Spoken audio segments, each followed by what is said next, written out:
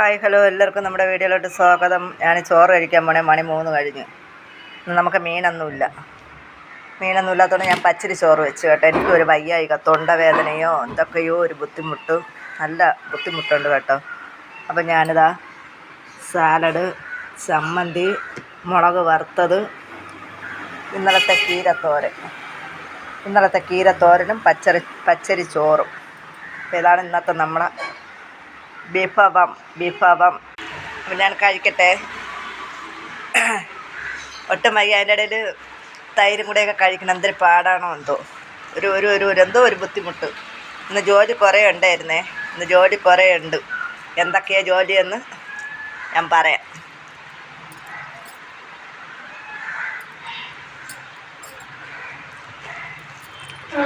പച്ചരി ചോറ് കഴിക്കാൻ ഒരു കൊതി തോന്നിയിട്ടാണ് വെച്ചത്.